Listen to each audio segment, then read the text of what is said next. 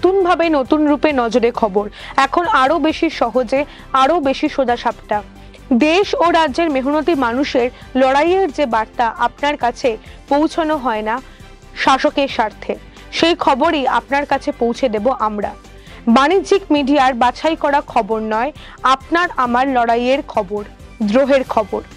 চোখ রাখুন প্রতি বুধ ও রবি সিপিআইএম ওয়েস্ট বেঙ্গলের ফেসবুক পেজ ও ইউটিউব চ্যানেলে। ঝাড়খণ্ডের সরকার গঠন ইন্ডিয়ার। 2029 কোটি ঘুষ, আদানিদের বিরুদ্ধে সিবিআই তদন্তের দাবি পলিট ব্যুরোর। বিদেশেও বারবার ক্ষোভের মুখে আদানি গোষ্ঠী। কোণঠাসা শ্রমজীবী, 26-এর প্রচার সারা দেশে।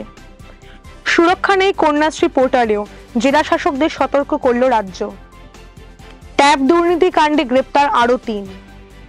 ঐতিহাসিক চুক্তি স্বাক্ষর চীন ও ব্রাজিলের।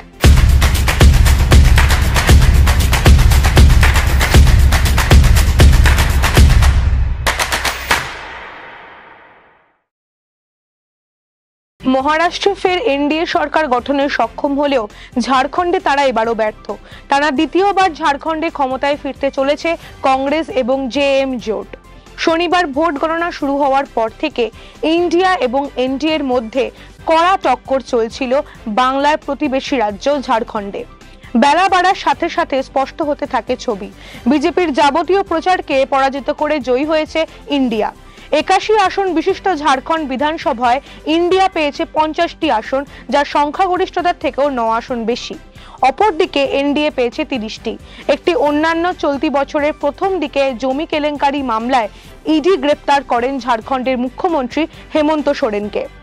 দীর্ঘদিন জেলে থাকার পর জামিনে মুক্তি পান হেমন্ত। তিনি যখন জেলে ছিলেন তখন মুখ্যমন্ত্রী হন চম্পাই সোরেন। জেল থেকে হেমন্ত ফের মুখ্যমন্ত্রীত্বের দায়িত্ব নেওয়ার পর দল ছেড়ে বিজেপিতে যোগ দেন চম্পাই। নির্বাচন কমিশনের তথ্য অনুযায়ী 12,000-এর বেশি ভোট এগিয়ে আছেন হেমন্ত সোরেন। অন্যদিকে নিজের কেন্দ্রে পিছিয়ে বিজেপিতে যোগ দেওয়া চম্পাই সোরেন। আমেরিকার আদালতে দায়ের হয়েছে আদানি গোষ্ঠীর বিরুদ্ধে মামলা। ভারতের রাজ্য ও কেন্দ্রীয় স্তরে 2029 কোটি টাকা ঘুষের অভিযোগ। এবার আদানি গোষ্ঠীর বিরুদ্ধে সিবিআই তদন্তের দাবি জানালো সিপিআইএম। বৃহস্পতিবার সিপিআইএম পলিট ব্যুরো বলেছে, কোনোভাবেই আদানি গোষ্ঠীকে আর ধোঁয়াশায় আড়ালে লুকিয়ে রাখতে পারছেন না মোদী সরকার। সিবিআইকে অভিযোগ দায়ের করে তদন্ত নির্দেশ দিতে হবে। আমেরিকার আদালতে জমা নথির ভিত্তিতে করতে হবে তদন্ত। পলিট ব্যুরো বলেছে, সরকারি কর্মীদের ঘুষ দুর্নীতি রোধ আইনের আওতায় পড়ে। সিবিআই এই আইনেই মামলা দায়ের করে তদন্ত করে। নিরপেক্ষ সংস্থাকে দিয়ে আদানি গোষ্ঠীর সব অবৈধ কারবারের তদন্ত হওয়া জরুরি। পলিট ব্যুরো বলেছে, এটা লজ্জার যে ভারতে বিপুল মাত্রার আদানিদের ঘুষের কীর্তি ফাঁস হয়ে যাচ্ছে কেবল ভারতে নয়, আমেরিকায়। মোদী সরকারের সুরক্ষা নিয়ে গৌতম আদানি এবং তার ব্যবসায়িক সাম্রাজ্য অবৈধ এবং অপরাধমূলক কার্যক্রম চালিয়ে যাচ্ছে। হিন্ডেনবার্গ রিপোর্টের পরও আদানিদের সব ধরনের তদন্ত এবং জেরার থেকে আড়াল করে গিয়েছেন প্রধানমন্ত্রী মোদী নিজে। সংস্থার থেকে বিদ্যুৎ নিতে দেওয়া হয়েছে ঘুষ। আদানিদের মার্কিন ব্যবসায়িক সহযোগী প্রতারণার অভিযোগ জানিয়েছে সে দেশের আদালতে। পলিট ব্যুরো বলেছে, আদানি এবং 6 সঙ্গীর বিরুদ্ধে আমেরিকার আদালতে মামলা দায়ের করেছে সে দেশের বিচার বিভাগ। গুরুতর অভিযোগ তোলা হয়েছে। গৌতম আদানি এবং তার ভ্রাতুষ্পুত্র সাগর আদানি ভারতে কেন্দ্রীয় ও রাজ্য স্তরে সরকারি আধিকারিকদের ঘুষ দেওয়ার সঙ্গে যুক্ত। অভিযোগে বলা হয়েছে যে আদানি গোষ্ঠীর সৌর বিদ্যুৎ প্রকল্প থেকে বিদ্যুৎ নেওয়ার জন্য চুক্তি নিশ্চিন্ত করতে ঘুষের টাকা লেনদেন হয়েছে। আমেরিকার বিনিয়োগকারী সংস্থা অভিযোগ তুলেছে যে আদানি তাদের বিভ্রান্ত করেছে। সে দেশের আদালতে মামলা দায়ের হয়েছে এই অভিযোগ এবং নথির ভিত্তিতে। গৌতম আদানিকে সুরক্ষা দিতে চাইছে সবাই। সবাই মানে সরকার, বিজেপি, সেবি, গদি মিডিয়া, সিবিআই, ইডি। এক হে তো সেফ হে স্লোগান নিয়ে এমনই কটাক্ষ ফুটে উঠেছে ব্যঙ্গচিত্রে। আমেরিকার শেয়ার বাজারের নিয়ন্ত্রক প্রতিষ্ঠানই এখন সে দেশের আদালতে দায়ের করেছে আদানির বিরুদ্ধে অভিযোগ, যা নিয়ে ফের বিক্ষোভের মুখে প্রধানমন্ত্রী নরেন্দ্র মোদী। কিন্তু পর্যবেক্ষকরা মনে করিয়েছেন, এবারই প্রথম বাইরের একাধিক দেশে আদানিকে ঘিরে বহু প্রশ্ন বারবারই উঠেছে। আমেরিকার শেয়ার বাজার বিষয়ক সংস্থা হিন্ডেনবার্গ রিপোর্টে আদানির বেনিয়ম নিয়ে গুচ্ছ অভিযোগ তোলা হয়। আন্তর্জাতিক স্তরেও বের হয় রিপোর্ট। সেবারও আদানির শেয়ারের দর কমতে থাকে। বিনিয়োগ করে লোকসানের মুখে পড়ে এলআইসির মতো রাষ্ট্রায়ত্ত সংস্থা। কিন্তু আদানির বিরুদ্ধে তদন্তে নামেনি ইডি বা সিবিআই। বিরোধী দলগুলি সংসদে যৌথ সংসদীয় কমিটি গড়ে তদন্তের দাবিতে তোলপাড় করলেও দাবি মানেনি মোদি 2 সরকার। বিদেশের মাটিতে আদানির বিরুদ্ধে বিক্ষোভ দেখা যায় অস্ট্রেলিয়ায়। কুইন্সল্যান্ডে আদানির কয়লা খনিতে পরিবেশ এবং জীবিকা ধ্বংসের অভিযোগে এখনো সরব সেদেশের একাধিক আদি জনগোষ্ঠী। দেখা গিয়েছে নরেন্দ্র মোদীর বিদেশ সফরের পরপরই আদানি গোষ্ঠীর বড় অঙ্কের বরাত মিলেছে। অস্ট্রেলিয়ায় কয়লা আবার আমদানি করা হচ্ছে ভারতেই। দেশের বিদ্যুৎ উৎপাদন সংস্থাগুলিকে সেই কয়লা বেশি দামে কিনতে বাধ্য করার অভিযোগও উঠেছে, যার ফলে দেশে বিদ্যুৎ উৎপাদনের খরচ বাড়ছে। শ্রীলঙ্কায় সদ্য আসীন অনুরা কুমারা দিসানায়কে সরকারও আদানি গোষ্ঠীর চুক্তিতে বেনিয়মের অভিযোগ তোলে। শ্রীলঙ্কা সরকার সুপ্রিম কোর্টে জানিয়েছে যে আগের সরকার আদানিকে যে বায়ু বিদ্যুৎ উৎপাদনের বরাত দিয়েছিল তা খতিয়ে দেখা হবে। প্রস্তাবিত প্রকল্পে বিদ্যুতের দাম এবং দেশের সার্বভৌমত্ব নিয়েই ক্ষোভ রয়েছে ন্যাশনাল পিপলস পাওয়ার জোট সরকারের। সারা দেশে যৌথ কর্মসূচির ডাক দিয়েছেন কৃষক, শ্রমিক, ক্ষেতমজুররা। সারা ভারত কৃষক সভা জানিয়েছে যে দেশের বিভিন্ন প্রান্তেই চলছে প্রচার। সারা ভারত ক্ষেতমজুর ইউনিয়নের রাজ্য সম্পাদক নিরাপদ সর্দার বলেছেন যে বাংলায় সর্বত্র হবে বিক্ষোভ। বুধবার জলপাইগুড়িতে তিনি বলেন, একদিকে কেন্দ্রীয় সরকারের জনবিরোধী নীতির চাপ, অপরদিকে রাজ্য সরকারের দুর্নীতির কারণে 3 বছর ধরে বন্ধ 100 দিনের কাজ।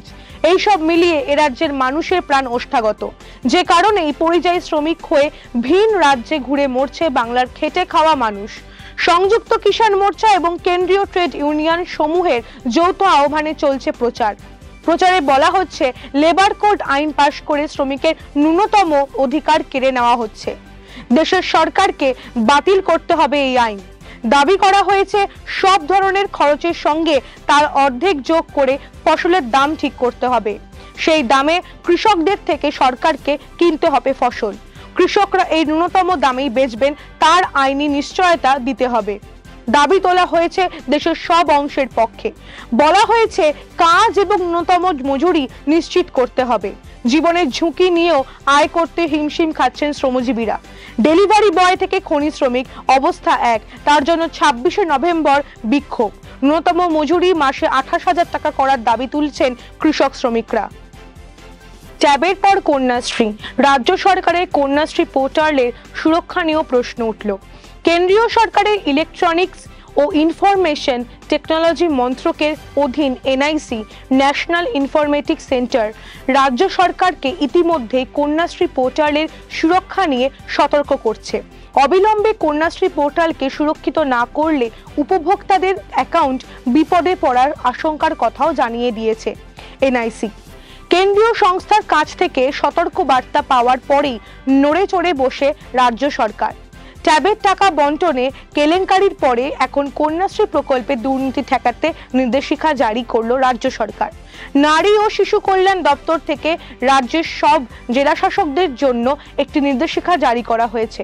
কেন্দ্রীয় সরকারি সংস্থা এনআইসির থেকে সতর্কতা পাওয়ার পরই রাজ্যের তরফে জেলা শাসকদের কাছে কন্যাশ্রী প্রকল্পে পোর্টালের জন্য ব্যবস্থা নেওয়ার জন্য নির্দেশিকাতে জানিয়ে দেওয়া হয়েছে। নারী ও শিশু কল্যাণ দপ্তরের বিশেষ কমিশনার জেলা শাসকদের কাছে কন্যাশ্রী পোর্টালকে সুরক্ষিত করার জন্য 6টি পর্যায়ে রক্ষা কবচের নির্দেশ পাঠিয়েছেন। জেলা শাসকদের চিঠি দিয়ে এনআইসির তরফ থেকে আসা সতর্কবার্তার কথা জানিয়ে প্রয়োজনীয় উদ্যোগ নেওয়ার জন্য জেলা শাসকদের জানিয়ে দেওয়া হয়েছে। কন্যাশ্রী পোর্টালকে সুরক্ষিত করতে 6 দফা সতর্কতার মধ্যে প্রথমেই সন্দেহজনক সমস্ত অ্যাকাউন্টে অবিলম্বে পাসওয়ার্ড পরিবর্তন করে নেওয়ার কথা বলা হয়েছে। অপারেটিং সিস্টেম, ব্রাউজার, প্লাগ ইনস সহ সফটওয়্যার সম্পর্কিত সবকিছুই সর্বশেষ ভার্সনকে আপডেট করে দেওয়ার নির্দেশ দেওয়া হয়েছে। পোর্টালকে বিপদে ফেলতে পারে এমন সমস্ত অবৈধ সফটওয়্যারকে এখনই বিচ্ছিন্ন করার কথা জানিয়ে দেওয়ার, নিয়মিত সিস্টেমকে স্ক্যান করার নির্দেশ দেওয়া হয়েছে। ট্যাব কেলেঙ্কারিতে একে একে সামনে আসছে আরো অনেক চক্রের হদিশ। কেলেঙ্কারির জাল ক্রমশ আরো বিস্তৃত হচ্ছে রাজ্য জুড়ে। ট্যাব দুর্নীতিতে যুক্ত আরো 3 জনকে চোপড়া থানা এলাকা থেকে বৃহস্পতিবার রাতে গ্রেপ্তার করেছে পুলিশ। ট্যাব কাণ্ডে ধৃত ফারুক আজমের বাড়ি চোপড়া সোনাপুর গ্রাম পঞ্চায়েত এলাকায়। পেশায় পরিযায়ী শ্রমিক, এলাকার শাসক দলের একনিষ্ঠ কর্মী। 1 মাস আগে দিল্লি থেকে বাড়ি ফিরেছে। দ্বিতীয় ব্যক্তির নাম গুলজার আলী, চোপড়া ব্লকের দাসপাড়া গ্রাম পঞ্চায়েতের ধন্দেগঞ্জ গ্রামে বাড়ি। পেশায় অবস্থাপন্ন কৃষিকাজ, তৃণমূলের কর্মকর্তা। এদের দুজনেই অ্যাকাউন্ট 10,000 টাকা এসেছে। গ্রেপ্তার করেছে হুগলি জেলা পুলিশ।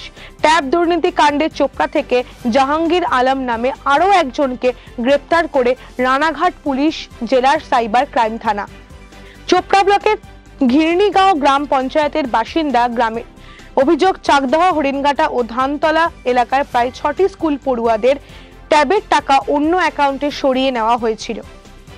এই চক্রের সাথে যুক্ত জাহাঙ্গীর আলমকে চোপড়ার দাসপাড়া থেকে বৃহস্পতিবার গ্রেপ্তার করা হয়। পুলিশ সূত্রে জানা গেছে, ধৃতকে কল্যাণীতে নিয়ে এসে শনিবার আদালতে পেশ করা হবে। এখন অবধি রানাঘাট পুলিশ জেলার সাইবার ক্রাইম সেলের কাছে যে বিভিন্ন স্কুলগুলো অভিযোগ করেছিল তাতে প্রায় 6 লক্ষ টাকার প্রতারণা হয়েছে বলে জানা গেছে।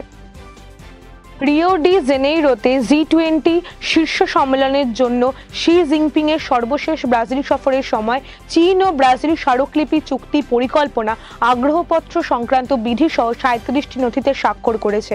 2023 সালের এপ্রিলে প্রেসিডেন্ট লুইস ইনাসিও লুলা দা সিলভার বেজিং সফরের সময় যে চুক্তি স্বাক্ষরিত হয়েছিল এটি তার দ্বিগুণেরও বেশি।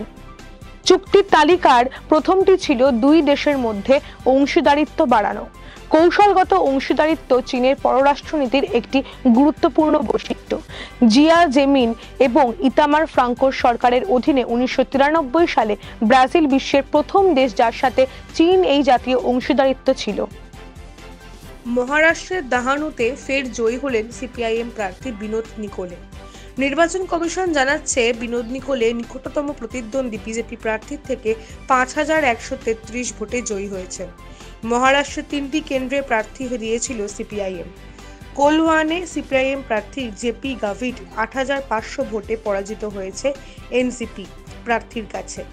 এই 2 কেন্দ্রেই মহাবিকাশ আঘাড়ি সমর্থন করেছে সিপিআইএম প্রার্থীদের।